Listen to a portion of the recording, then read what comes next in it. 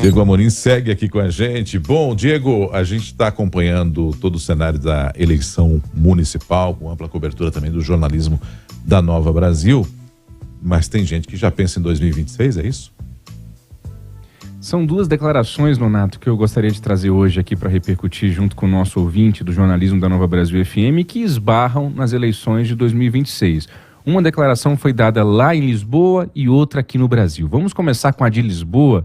Estou falando do ministro Gilmar Mendes, que está lá sendo anfitrião de um encontro já tradicional, anual. A gente já tratou desse assunto aqui no jornalismo da Nova Brasil FM, em que ele recebe uma série de autoridades ali para discutir temas do Brasil, e esse encontro acontece todos os anos em Lisboa. Aproveitando essa presença lá, o ministro do Supremo Tribunal Federal deu uma entrevista para a CNN de Portugal e foi questionado sobre se existe a possibilidade do ex-presidente Jair Messias Bolsonaro se tornar elegível aí nos próximos anos. Só lembrando ao nosso ouvinte que Jair Messias Bolsonaro está inelegível por 8 anos por abuso de poder político e uso indevido dos meios de comunicação. Essa decisão que é de 30 de junho do ano passado. O Gilmar Mendes respondeu da seguinte forma: acho que a reversão da inelegibilidade de Bolsonaro é muito difícil. Tudo tende a manter a decisão que já foi tomada pelo TSE, o Tribunal Superior Eleitoral. Essa tem sido a rotina em casos semelhantes. E aí o repórter da CNN Portugal também perguntou se ele acredita que os direitos políticos de Bolsonaro vão permanecer suspensos. E o ministro Gilmar Mendes respondeu: tudo indica que sim. E por que esse assunto vira tema de uma entrevista com o ministro do Supremo Tribunal Federal? Porque existe aqui em Brasília, Nonato, Michele, ouvinte, entre aliados do ex-presidente Jair Bolsonaro, uma expectativa de que em algum momento essa inelegibilidade de 8 anos que está posta hoje, que está vigente hoje, possa cair, permitindo que Bolsonaro possa se candidatar novamente. Inclusive, alguns acreditam e torcem para as eleições de 2026.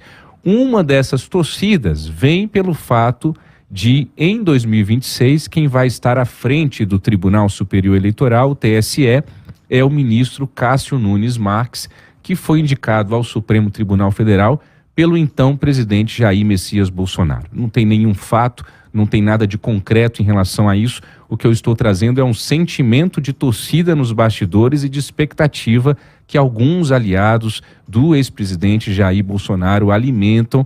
E aí vem agora essa declaração pública do ministro Gilmar Mendes lá em Portugal, dizendo que tudo indica que Jair Bolsonaro terá os seus direitos políticos mantidos suspensos e que ele, Gilmar Mendes, considera que a reversão da inelegibilidade é algo muito difícil.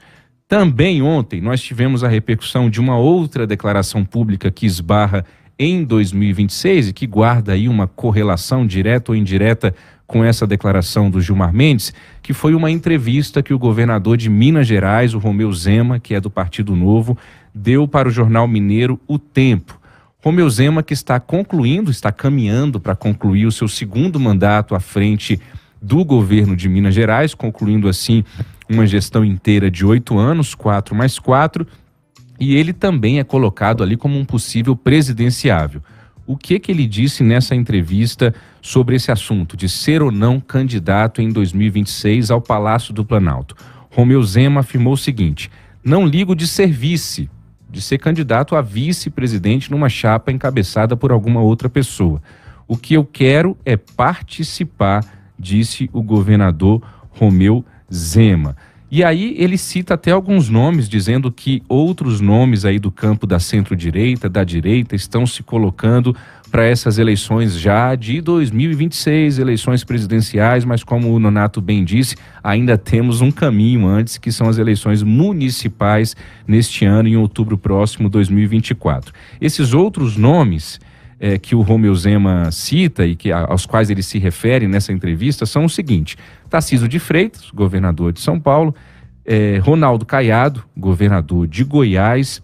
Temos também correndo mais por fora, mas também colocados vez ou outra ali aqui nas discussões políticas em Brasília como possíveis candidatos ao Palácio do Planalto, os governadores do Paraná, Ratinho Júnior, que é do PSD, e do Rio Grande do Sul, Eduardo Leite, que é do PSDB. Falam-se ainda em outros nomes que poderiam ajudar a compor essa chapa presidencial de centro-direita, direita em 2026, como a da atual senadora Tereza Cristina, do Mato Grosso do Sul, ela que é do PP, partido presidido nacionalmente pelo Ciro Nogueira. Tereza Cristina, que foi ministra da Agricultura no governo de Jair Bolsonaro. E por falar em PP, o Partido Progressistas encomendou recentemente uma pesquisa presidencial testando alguns nomes ali, inclusive o nome da ex-primeira-dama Michele Bolsonaro, que não apareceu ruim não nessa pesquisa aí em que ela foi testada como uma candidata à presidência da República, mas até aqui o caminho natural da Michele Bolsonaro, ex-primeira-dama, é tentar alguma vaga no Senado, inclusive aqui pelo Distrito Federal. Eu lembro ao nosso ouvinte que na próxima eleição geral, 2026, nós teremos 2 vagas para senadores em cada uma das unidades da federação. O nosso ouvinte pode se perguntar, ainda está muito cedo para se pensar nisso? Está muito cedo para se trazer isso publicamente.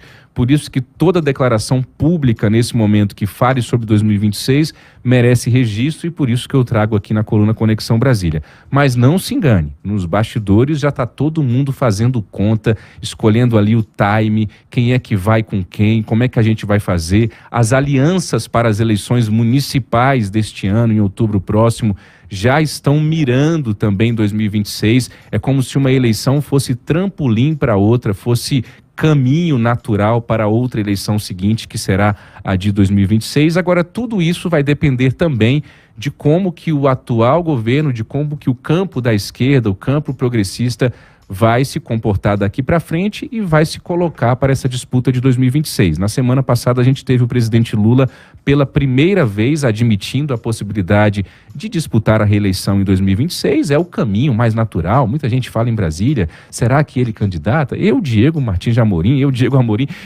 particularmente acho que não faz o menor sentido ele não se candidatar. Se o Lula tiver em condições, ele vai estar pronto para disputar a reeleição. Isso é mais do que natural. Agora, se o presidente Lula não for o candidato, teremos que ver qual vai ser o nome colocado, essa grande dificuldade que o Lula, que o PT tem de fazer um sucessor nacional. Tem nomes aí que são sempre colocados, como o do Fernando Haddad, que já foi candidato em 2018, tem o próprio Geraldo Alckmin, vice-presidente da República, mas é de outro partido, é do PSB, tem que ver como é que o Guilherme Boulos vai se comportar na prefeitura, na disputa para a prefeitura de São Paulo neste ano. Tem alguns outros nomes que correm por fora, como o próprio ministro Rui Costa, fala-se até no Flávio Dino, que hoje está no Supremo Tribunal Federal. Então, ainda é aquele momento, Michele Nonato, voltando para vocês, em que todos os nomes são colocados à mesa, mas, de novo, não nos enganemos, nos bastidores já está todo mundo fazendo conta e criando estratégia para 2026, que a gente vai piscar o olho,